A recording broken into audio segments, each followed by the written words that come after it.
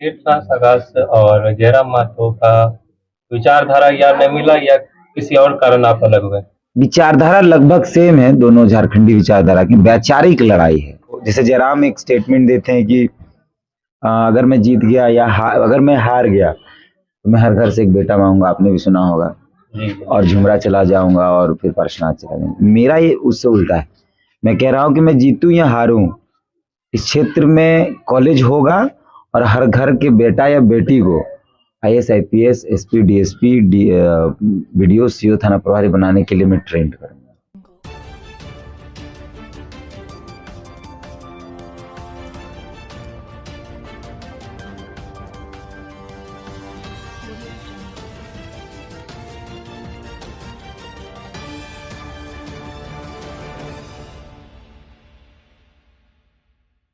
आज जो क्षेत्र भ्रमण कर रहे हैं, जनसंपर्क अभियान डोर टू डोर कर रहे हैं, क्या रिस्पॉन्स देखने को मिल रहा है जनता के द्वारा?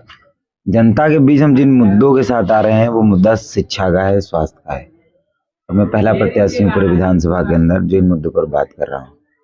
शिक्षा और स्वास्थ्य के लेके बहुत सारे उम्मीदवार भी दावेदारी कर रहे हैं कि हम शिक्षा स्वास्थ्य, अलग क्या रहेगा आपके द्वारा? किसी ने शिक्षा स्वास्थ्य की बात नहीं की है। मेरा एक मैनिफेस्टो है, मेरे मैनिफेस्टो में 26 वादे हैं, और सबसे इम्पोर्टेंट जो वादा है कि इस क्षेत्र में 3 साल के अंदर एक मेडिकल कॉलेज, एक इंजीनियरिंग कॉलेज, एक एमए की पढ़ाई हो वैसा कॉलेज हम बनाएंगे। और मेरा दूसरा सबसे बड़ा वादा हो यह है कि हम एक दामोदर छात्रवृत्ति योजना, दामोदर स्कॉलरशिप स्कीम लेकर आएंगे। उसके तहत हर प्रखंड से 10 बच्चों को चुनेंगे, 5 लड़की और 5 लड़के, और उनको रांची में रखकर 10 प्रखंड, पूरे विधानसभा से 4 प्रखंड हैं तो 40 बच्चे, हर साल 40 बच्चे को रांची में रखकर पढ़ाने का, जब तक कॉलेज नहीं बन जाता है 5 साल के अंदर, उनके रांची में रहने का, खाने का, उनके पढ़ाई लिखाई का, उनके कॉलेज के फीस का, और उनके सरकारी नौकरी की तैयारी के लिए ट्यूशन फीस का सारा जिम्मा वो मेरा होगा अगर मुझे मौका मिलता है तो। और सबसे खास सवाल, तीर्थराज आकाश और जयराम माथुर का विचारधारा या न मिला या किसी और कारण आप अलग हुए? विचारधारा लगभग सेम है, दोनों झारखंडी विचारधारा की वैचारिक लड़ाई है। मेरा जो विचार है वो, जैसे जयराम एक स्टेटमेंट देते हैं कि अगर मैं जीत गया या अगर मैं हार गया तो मैं हर घर से एक बेटा मांगूंगा, आपने भी सुना होगा, और झुमरा चला जाऊंगा और फिर पार्श्वनाथ चला जाऊंगा। मेरा ये उससे उल्टा है।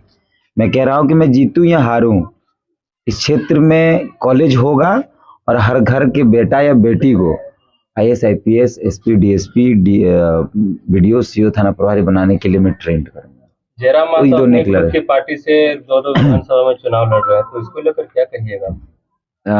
उनको पहले तो अपनी विधानसभा में चुनाव लड़ना चाहिए था, उनके जहाँ वो खुद वोटर हैं, जहाँ उनकी अपनी भूमि है।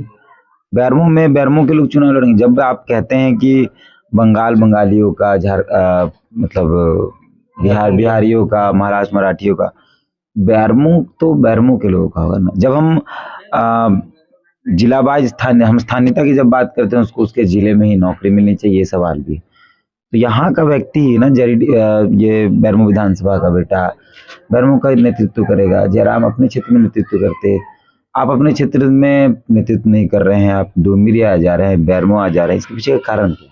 हम बहुत इन मुद्दों पर बातचीत करना नहीं चाहता, आप सवाल कर रहे हैं इसलिए हम जवाब दे, लेकिन मेरा मूलतः ये बातचीत है, जिसको भी चुनाव लड़ना वो स्वतंत्र है। लेकिन मेरे जो मुद्दे हैं वो ये है कि झारखंड को, बैरमो को झारखंड का नंबर 1 विधानसभा बनाने की हम तैयारी कर रहे हैं। इस इलाके में शिक्षा की स्थिति बहुत खराब है, एक एमए कॉलेज बेहतर नहीं है, 2 ग्रेजुएशन डिग्री कॉलेज से पूरा विधानसभा चल रहा है, एक मेडिकल कॉलेज नहीं, एक इंजीनियरिंग कॉलेज नहीं है। वर्तमान के विधायक ने कहा है कि 1300 करोड़ का यहाँ पे काम किए हैं, विकास का गंगा बहा। 1300 करोड़ का, 1300 करोड़, पहली बात तो विकास की गंगा इस क्षेत्र में नहीं, इस क्षेत्र में विकास की दामोदर बहने की आवश्यकता है। यहाँ विकास का गंगा नहीं, यहाँ दामोदर बहेगा। 1300 करोड़ का अगर वो काम किए होते तो एक कॉलेज तो होता, एक इंजीनियरिंग कॉलेज होता, एक मेडिकल कॉलेज होता। एक 1300 करोड़ का काम वो क्या किए हैं? अपने गाड़ियों के काफिलों में अगर 1300 करोड़ खर्च किए और वो मानते हैं कि वो 1300 करोड़ काम खर्च किए, तो उनका अपना विवेक है। वो काम किए होते तो हम लोगों को, हम यही काम कर रहे थे जो आप कर रहे हैं, हम पत्रकार थे और आज अगर ये राजनीति के इस दलदल में आए हैं, इसका एकमात्र कारण है कि वर्तमान विधायक या पूर्व विधायक या पूर्व सांसद जो वर्तमान में विधायक का चुनाव लड़, उन लोगों ने काम नहीं किया है। वो काम करते तो हमको कोई जरूरत ही नहीं था ये सब करने का, हमको कोई पॉलिटिकल शौक नहीं है। लेकिन मेरे लोग कष्ट में हैं, उनके कष्ट का निवारण और उन समाधान ढूंढने के लिए क्षेत्र में। आपके हिसाब से 5 बार के सांसद रह चुके रविंद्र पांडे भी विकास नहीं किया? क्या एक हमको बता दीजिए। हम बार बार तो कह रहे हैं कि जब एक कॉलेज नहीं खुला इस पूरे इलाके में, एक मेडिकल कॉलेज, एक इंजीनियरिंग कॉलेज, तो फिर विकास कहाँ हुआ है? यहाँ के बच्चे अगर आज भी शिक्षा के लिए दर दर भटक रहे हैं, एमए की पढ़ाई नहीं होती है बैरमो विधानसभा किसी कॉलेज में।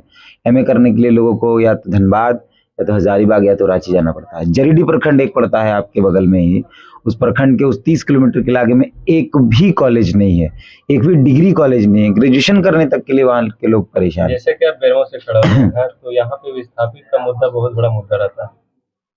पास में जो सीसीएल, बीसीसीएल, डीवीसी का क्षेत्र है, तो वहाँ पे विस्थापितों की भागीदारी को लेकर बहुत सारे कठिनाइयों को देखने को मिलती है, तो इस पर क्या कहिएगा? देखिए, अगर मुझे मौका मिला प्रतिनिधित्व का, तो 3 साल के अंदर किसी भी तरीके से, वो तरीका कुछ भी हो सकता है, संवैधानिक तरीका हो या जो भी तरीका हो। चुनाव का समय है इसलिए बहुत कुछ बोलना उचित नहीं है, लेकिन उनकी समस्याओं का समाधान जो ग्रामीण चाहते हैं, जैसी समाधान चाहते हैं वैसा होगा। और मैं यहीं का बेटा हूँ, तो मैंने विस्थापन झेला है। मेरा घर पहले बोकारो में था, जहाँ पे आज सेल लगा हुआ है अड्डा कुमारी में। वहाँ से विस्थापित होकर हम इस तरफ आ गए, लगभग 65-64 आसपास जब कंपनी लगी, हम इस यहाँ आ गए। ये बोकारो जिले के अंदर ही है, लेकिन दूसरी जगह हमने शिफ्ट कर दिया। मेरा पूरा परिवार बिखर गया, जो मेरा पुरखों का मकान था, मंदिर थे, मस्जिद थे, वो तमाम चीज़ें बिखर गई। तो उस दर्द को हम समझते हैं, तो उसके समाधान का तरीका भी पता है, लेकिन जब तक हम उस जगह पर नहीं जाएंगे। दूसरा एक बड़ा मसला है इधर कि यहाँ के जो मजदूर वर्ग के लोग हैं, उनको उनका मिनिमम वेतन नहीं मिलता है। ठेकेदार उनका पैसा रख लेता है या ठेकेदार एटीएम रख लेते हैं, ये एक बड़ा समस्या है इधर।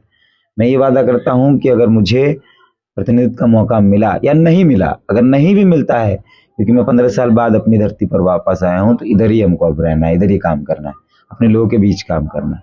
मौका मिला तो भी ठीक, मौका नहीं मिला तो भी ठीक।